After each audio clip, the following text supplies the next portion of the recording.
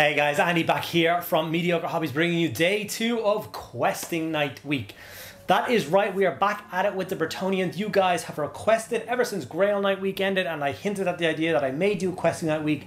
You've been badgering me to get it done, so here I am, day 2 of that. We did day 1, which is the kind of pink and white scheme that I did. Really happy with how that turned out.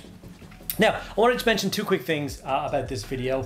One, every YouTuber, every guy who creates content out there, every time they put up a video, it gets ranked between 1 and 10, and it's based on the last 10 videos that they did. So basically, if you post a video, it's like, okay, how did it do compared to the last 10 videos? Is it doing well? Would be 1. Is it doing badly? It's a 10. So it's very heartening for me when I start things like Questing Night week to see that this one shot up to number 1 immediately. You guys are absolutely loving it, enjoying that content, and it really does mean the world to me that you guys are spending time watching these videos. So it heartens me and makes me want to do more projects like this. If I was doing Questing Night week and it was 8 of 10, 9 of 10, 10 of 10 for a couple of videos, it would be very hard for me to want to finish the rest of the week out, if that makes sense. 2, the scheme that I have chosen for today's video is actually one that I think is really cool. So I have a very tippity top level Patreon subscribers, and there's 2 of them there currently. And these 2 awesome Patrons are going to get their family crests used as a color for one of the Questing Nights. So the first one I'm going to use is for Mr. Ralderon, who has been the most stalwart supporter of my channel ever since the very first day. He was my first Patreon supporter. He's been the highest tier of that ever since it was created, and he has been nothing but support for me ever since then. So thank you from the bottom of my heart, Mr. Luke. You are a true hero. And as a thank you, I'm going to create a Questing Night in your family heraldry, the Middlewicks. So it should be a lot of fun getting that painted up in that manner. If anyone else is interested in joining the Patreon, there's links in the description below, access to a private Discord server, and an extra vlog video every single day where I keep you guys up to date with what's happening in the hobby every single day. If that's something that interests you, check it out below. Okay, now we are ready to get stuck in and painting another Questing Night. This is the Questing Night that I decided to do for my good friend. I chose the one with the writing desk because he is an avid collector of books, so I kind of thought it would match him quite nicely. It is a very nice sculpt. He's twiddling his nice moustache. He's marching forward with a great weapon up over his shoulder. He has a spare sword at his hip as well in case he ever loses hold of his sword in combat. And then, of course, what glorious Questing Knight doesn't need a writing desk with him at all times on the battlefield for some reason? No idea. So the Middlewick family crest is red and white. The shields are white with a red cross in it, very much like the traditional English flag. So I'm going to do my very best to freehand those onto the actual quarter panel flag areas on the horse itself. Obviously the guy is holding no shield, but there is actually a shield on the quill desk backpack piece. So I'll be following through and painting that the same. As you can see, I'm very carefully trying to create the basis of the cross section on the shield. It is not the easiest thing in the world to do, but it should be a little bit fun if I can get it right. And like I said, I'll be building up the colors using the 2 thin coats range of paint, which means I can get kind of a really nice fade or transition or highlight through the red cross and the white quarter panels, meaning it should stand out really nicely. I really enjoy this concept. It was actually on my top tier Patron, is the idea of getting a general painted for an army, and unfortunately I fell behind on that kind of promise. I wasn't sure which people wanted what armies to be wide. It was just a little bit more impersonal than I was expecting it to be, whereas a Bretonnian knight, you can literally get the person's personal heraldry and get it painted up. So this for all time will be, you know, the Middlewick knight, the glorious knight, riding to battle along with the rest of his Questing Knights, brandishing the family heraldry, which I think is a really cool way to do it. Like I said, there's currently 2 people with that level of patron. So today and tomorrow's video will be done and made up with those. And that of course means that there will be 2 nights left at the end of the week, Thursdays and Fridays video, where we do not currently have a locked in paint scheme for those nights. Unless somebody signs up to the highest tier Patreon between now and then, I'll have to figure out which color schemes that I want to do. There is a bunch based on the Bretonnian book, which look kind of cool. There's a kind of a quartered or halved orange and red scheme, which seems a bit mental, as orange and red doesn't usually sit particularly well together. but it is one of the ones, like I said, on the map, on the coast, kind of similar to the location of where my kind of Bretonnian force is based. So that may get used. There's a couple of other interesting ones there, but we'll have to, I guess, wait and see. And then, of course, there is the one that's going to go the standard red and black scheme, which is a new kind of color scheme for Bretonnians that I'm going to be doing on the Twitch stream this evening. I was a bit dubious about this particular model. Obviously, when you just look at a family crest or shield and you just get a kind of a blanket set of colors, and then it's your job to then try and interpret where they should go in a model and how much and how little and so on and so forth. Now, this guy is, of course, a colossal fan of Blood Angel, so I decided to lean a little bit heavier on the red than maybe I needed to. But with hindsight, knowing now what the model looks like when it's finished, I am happy that I did. I think the model did turn out really well, and I was quite happy with it. So like I talked about in yesterday's video, for these for this week of videos, just exactly the same as the Grail Knight week, I'm going to be going with standard contrast, metallics and shades to get all the base coats on and ready to rock and roll. And then from there, we're going to lean very heavily on the Duncan Rhodes Too Thin Coats paint sets for layering up the miniature. Like I said, I know I kind of repeat myself a little bit, but it is so that the tones will match across the entire unit. I've already put this guy who is red and white and gold and like all the colors, and I put him next to the pink one I did yesterday, and he fits right in. They just belong together, which is really cool. And if I had have gone and then just used nothing but Games Workshop paints for this particular model, I don't think they would have sat together as well. Maybe I'm wrong, I don't know. I'd love to know what you guys think about that in the comments as well. But it was definitely an enjoyable process, something different. I did obviously message him a little bit throughout the day, getting a few hints and tips, making sure that he was happy with the direction I took his knight in, and then also check to see if he wanted transfers done. And I think we both decided, you'll see at the end what the shields look like, how sharp we managed to get those crosses, and we decided that I think transfers would have detracted from that and taken away from it, so we decided to leave them off. So this will be basically the only Bretonnian knight in my entire Bretonnian army that doesn't have transfers on his heraldry, which is kind of a bizarre thing, but what are you going to do? Like I said, this is one of the most complicated, if not the most complicated Bretonnian units to paint. It is far, far, far more detail in these guys than a Grail Knight. A Grail Knight is basically just a glorified Knight of the Realm. He has an embossed shield and a cape, and that's about it. Whereas these guys are nuts. Like I said, this guy has a writing desk that he carries around on the back of his saddle, which is just, most of them go unhelmeted, which means there's like faces and hair to paint, which is usually not a thing you commonly see on a Bretonnian. They're usually full visor helmeted up, and then of course they have a big beautiful great sword, whereas they would normally have a colorful lance. So different challenges, different things, but I definitely think it works a treat. Yeah, and I was definitely happy with the result. So here it is with all the shade dried, ready to rock and roll. I also got the base done while the shade was drying. Made it all blend in together. It'll match the rest of my Bretonnian force now.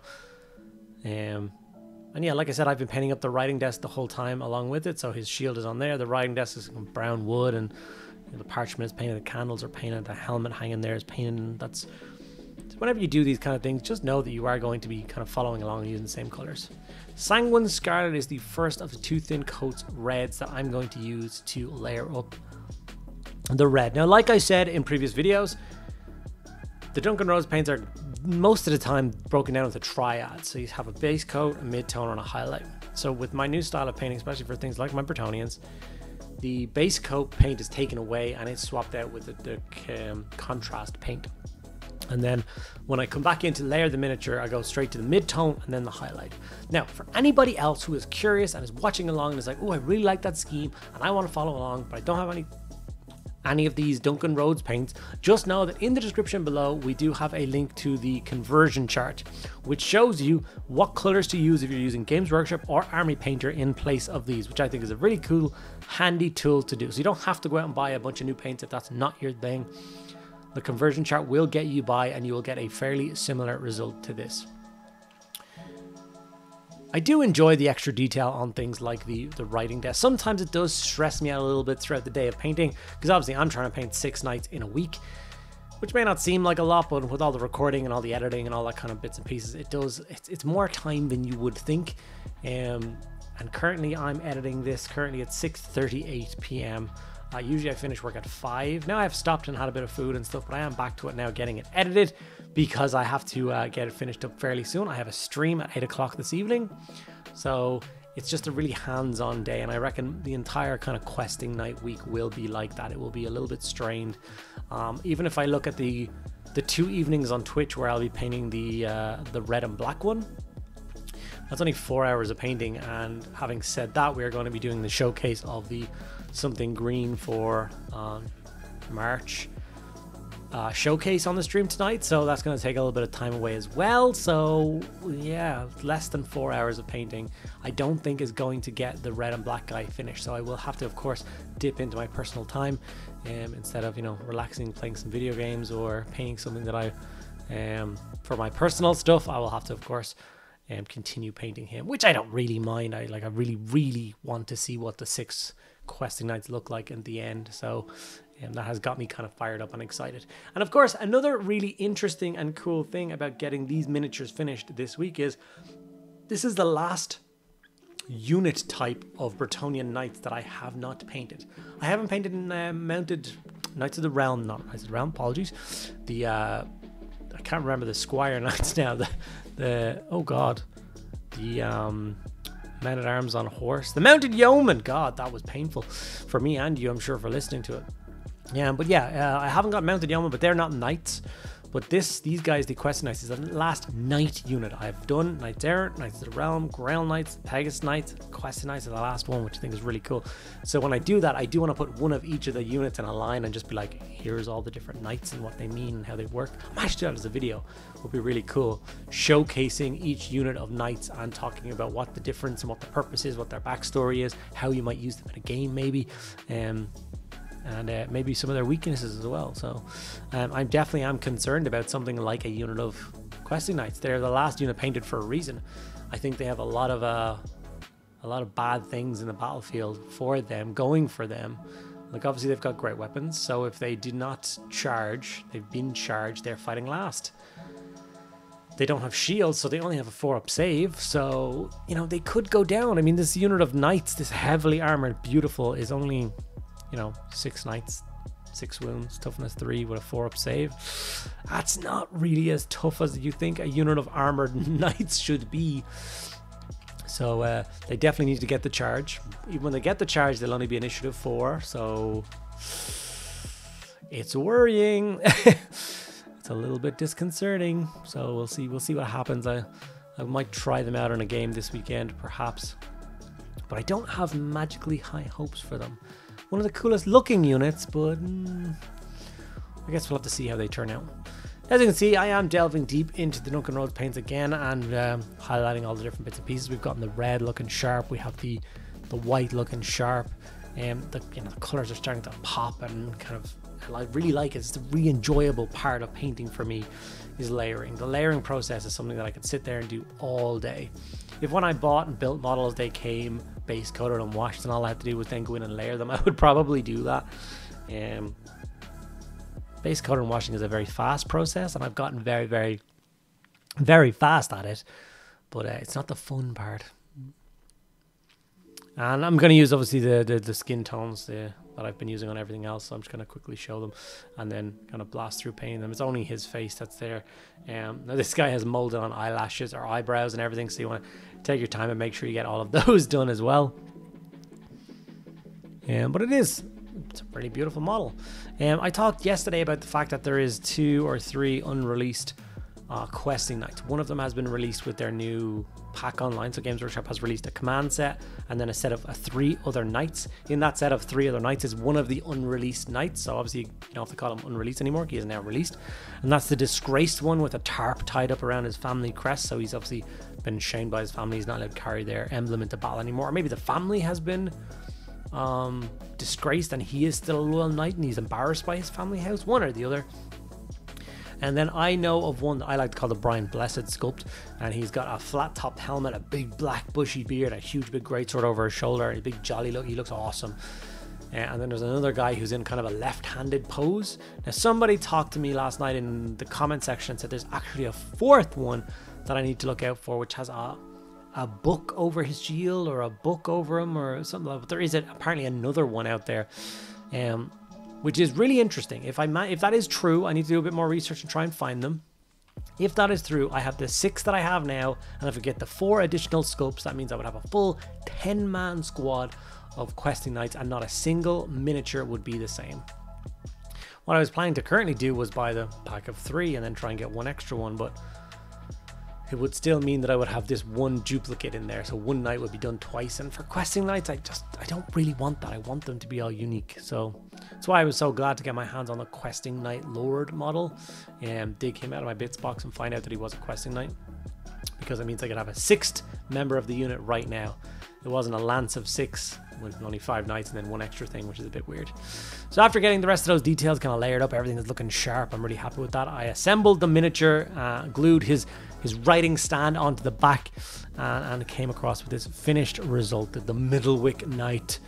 You know, Sir Luke will be trundling across the battlefield and causing some serious damage. Here he is with the miniature from day 1, and like I said, I think they look absolutely amazing together. I love that look. It just really works for me, and I cannot wait to add the next knight in, which will be the Raymond Knight. Will be added into the unit tomorrow. I believe it's yellow and reds.